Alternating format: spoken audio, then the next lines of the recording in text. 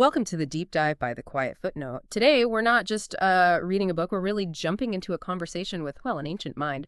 We're doing a deep dive into The Art of Living by Epictetus. Right. It's a small book, physically, but wow, it's mighty. It can fundamentally shift how you see, well, everything. Daily stuff, big life challenges. Our mission here, like always, is to dig into this timeless wisdom, pull out those really crucial, maybe even surprising insights, and give you a clear path, help you be truly well-informed without, all the usual information overload. Some books are like a warm hug, maybe a gentle cup of tea. Epictetus, this is different. It's like pure, straight-up black coffee for the soul. Mhm. Direct bracing, gets right to it. I called it a pocket-sized thunderbolt from Olympus. It feels like that sometimes. It absolutely does. And Epictetus himself, well, he was born a slave. Yep. His whole life was basically a test of his own philosophy. He didn't just talk about freedom, he lived it. His teachings, which thankfully his student Arian wrote down, they're essentially survival notes, notes for navigating chaos, any kind, really. Whether you're, an emperor back in Rome dealing with politics or just someone today trying to find some peace with all the phone notifications buzzing constantly. That's really interesting. So his core message, it's not just about discipline then, is it? It seems more radical, like a total rethink of where our actual power is. Because most of us, we spend so much energy wrestling with things we just can't control. Traffic, what other people think, the weather even. Right. And he just tells us, ruthlessly figure out what is in your power, your thoughts, choices, reactions, and then, let go of the rest. Which sounds simple, but man, it's profoundly difficult to actually do. It is. It really is. And that's exactly why it's so powerful, I think. The basic problem he was tackling, it's timeless, right? Yeah. Life is chaotic. Suffering, unfortunately, is inevitable. And we instinctively chase external things, status, money, just wanting to be comfortable all the time, thinking that's what will bring happiness. But Epictetus saw that this chase often just leads to more unhappiness, more anxiety. You feel like you're just getting tossed around by life's waves, completely shipwrecked. He realized true peace isn't found by controlling the world outside. It's about mastering your response to it inside. So he's basically answering those questions that still bug us every day. Like, why don't I feel happy even when I get the thing I thought I wanted? Or how do I stop feeling so anxious about stuff I literally cannot change? He gives us not just answers, but like a whole framework for life. And what's really revolutionary, I think, and sometimes gets missed in all the talk about Stoic self-control, is this underlying message: you were already enough. It's not about earning your worth or hitting some external target to finally feel okay. He's suggesting you already have everything you need for a good life right here inside you. Your job is just to recognize that and, well, cultivate it. It's incredibly liberating, that idea that surrender isn't giving up. It's actually actively participating in how life unfolds. Wow, yeah. That changes everything. It reframes pain too, doesn't it? It's not just something to grit your teeth and bear. It can be a doorway to growth. Your scars aren't just wounds. They can become like your signature, proof of your resilience. Precisely. For Epictetus, freedom wasn't about your job or your social status, none of that external stuff. It's a state of the soul.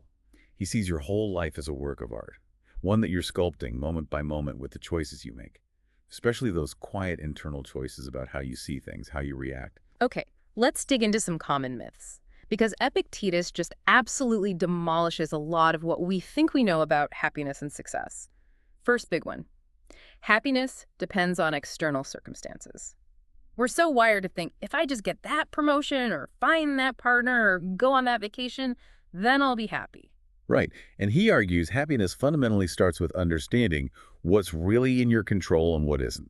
Full stop. You could have all the external successes in the world and still be miserable. Or you could lose pretty much everything externally and find this profound sense of peace. The real battle, he'd say, is internal. It's about building a mind that isn't constantly rocked by what happens outside. Which flows right into that next myth. You are a victim of fate. It's so easy to feel like life is just happening to us, especially when things go sideways. But Epictetus insists, no, it's how you react that matters, not just what happens. The world's going to throw stuff at you that's a given. Your mind, though, gets to choose the story you tell yourself about those events. You're the author of your inner experience, no matter what's going on externally. Okay, and in today's world, so connected, so opinion-driven, the idea that other people can make or break you, that feels incredibly real. We live for the likes, the validation. Yeah, and his perspective is such a powerful counter to that. He'd basically say, look, if someone manages to provoke you, you need to realize your own mind is involved in that process. It's complicit. Your peace, it's yours. No one can take it unless you basically hand over the key. It's about seeing that external validation is, well, a really shaky foundation to build your self-worth on. So if our peace is our own, does that mean strong emotions aren't just uncontrollable forces that wash over us? That's another myth he kind of tackles, right? Exactly. Instead of just being swept away by anger or sadness, you can choose your story. You can pause, question those strong feelings, ask yourself, okay, what assumption am I making here? Is this emotion actually helping me, or is it just a knee-jerk thing based on maybe a wrong perception? And the big one, maybe, especially considering his own life, philosophy is for the privileged, or it's just theory. I mean, this guy was a former slave teaching emperors. He lived this stuff. He totally flipped that script. Epictetus himself, going from slavery to being this revered teacher, he showed philosophy isn't some, academic luxury. It's a practical survival kit. His famous line, "Don't explain your philosophy, embody it." That's a direct challenge, isn't it? It says wisdom isn't just for books or arguing. It's about how you actually live. Right. And finally, that myth that just won't die, possessions and status are true wealth. We are still so caught in that trap. Yeah, and he just states it plainly. True wealth is self-mastery, internal freedom, virtue, not stuff. Everything else, he says, is basically on loan, from the universe, from nature, whatever you want to call it. Which ties into his idea about loss not being the end of the world. He offers this incredible reframe. Never say about anything, "I have lost it, but only I have given it back." It's not about pretending grief doesn't exist. It's about recognizing everything is temporary, being grateful for the time you had it, and then gracefully letting go of your grip on it. That reframe of loss, wow. It's genuinely profound. Less about suppression, more about just acknowledging life's flow.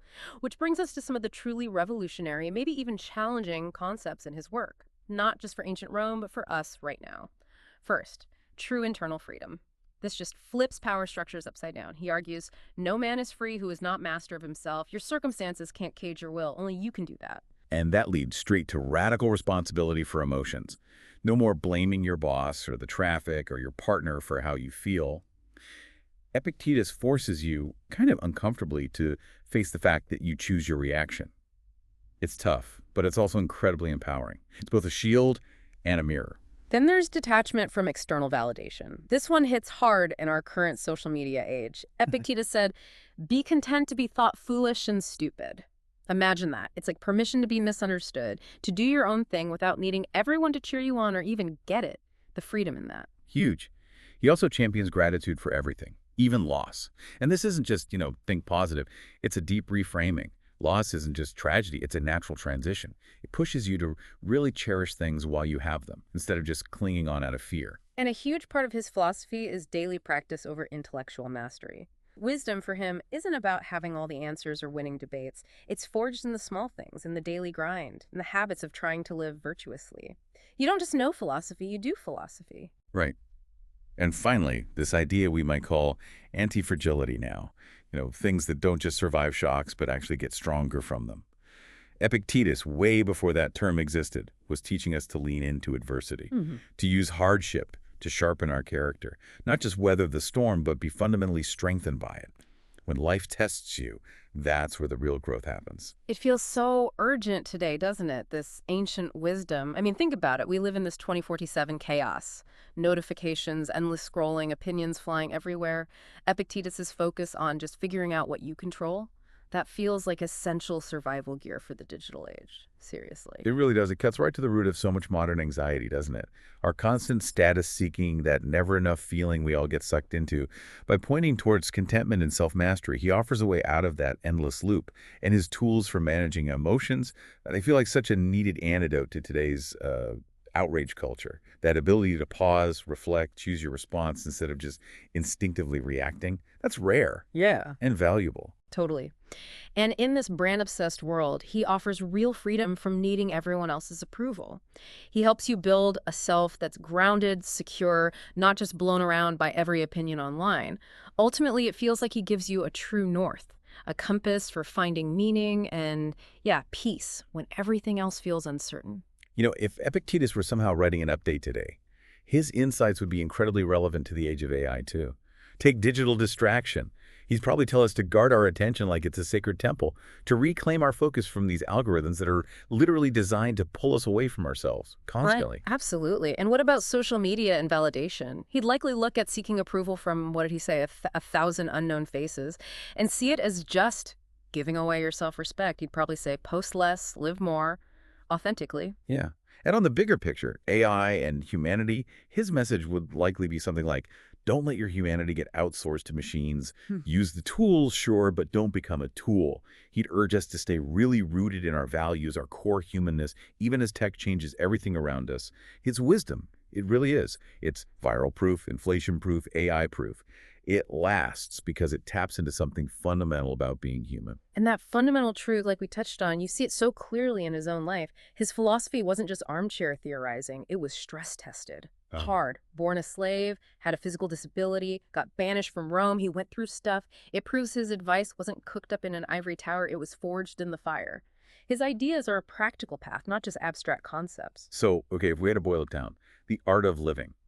What are the Mhm. 5 absolute key takeaways? The core lessons Epictetus really wants us to internalize, to live by. Okay, first, control the controllables. Release the rest. This isn't just a to-do list item, it's a whole mindset shift. Peace comes from making that distinction constantly, asking, is this really mine to influence, or is it just something I need to accept? Second, your judgment, not events, shapes your experience. Remember that quote. It is not things themselves that disturb us, but our opinions about them. This is the game changer. Becoming master of your inner story. Realizing your reaction is a choice. Third, virtue over validation.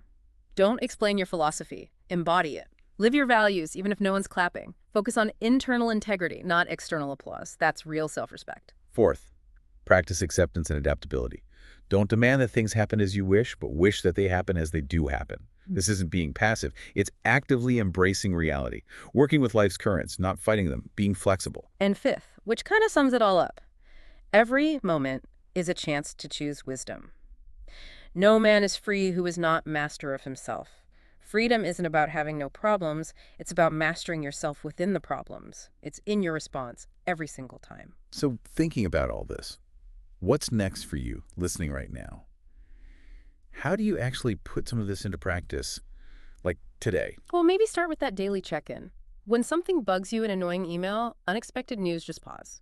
Genuinely ask, is this in my control? If not, practice letting it go, like actually visualize releasing it. Yeah, and when setbacks happen, instead of immediate resistance, maybe try adopting that mindset of, okay, let's see what nature or life has planned here. Look for the lesson, the opportunity, and the difficulty. It's an active adjustment. And when those strong emotions flare up, anger, frustration, whatever, practice stepping back for just a second. Ask, what story am I telling myself right now? Is it actually true? Is it helping? Challenge that story.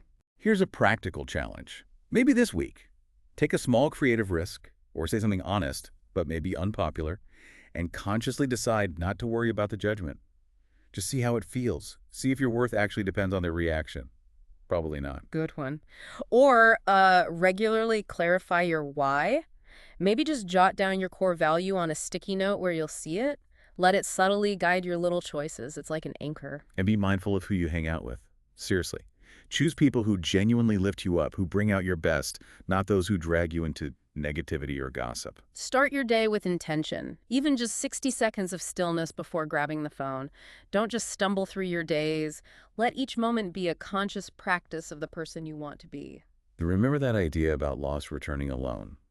It's not about being cold. It's about appreciating what you had and then gracefully letting it return to the flow when it's time. Finally, maybe identify one area where you consistently give away your peace. Is it anger about politics, envy on social media, constant comparison? Make a conscious effort just for today to call that peace back home. Reclaim it. You know, the art of living, it really isn't a book you just read once and put away. It's more like a mirror or a tuning fork for your mind, something you engage with daily, a sharpening stone for your character. Yeah, it doesn't promise easy happiness wrapped in a bow, not at all. Instead, it hands you this incredibly powerful set of tools and basically dares you. Go build your own peace, brick by internal brick. It's less how to be happy and much more how to be unbreakable, by being flexible, by finding humor in things, by finding meaning in all the messy, beautiful parts of being human. So as you go about your day after hearing this, maybe reflect, What note from Epictetus rings loudest for you right now? Which one lesson do you really want to try and weave into your day? That's all for this deep dive into Epictetus. We hope it sparks something for you on your own journey of knowledge and maybe a little self-mastery.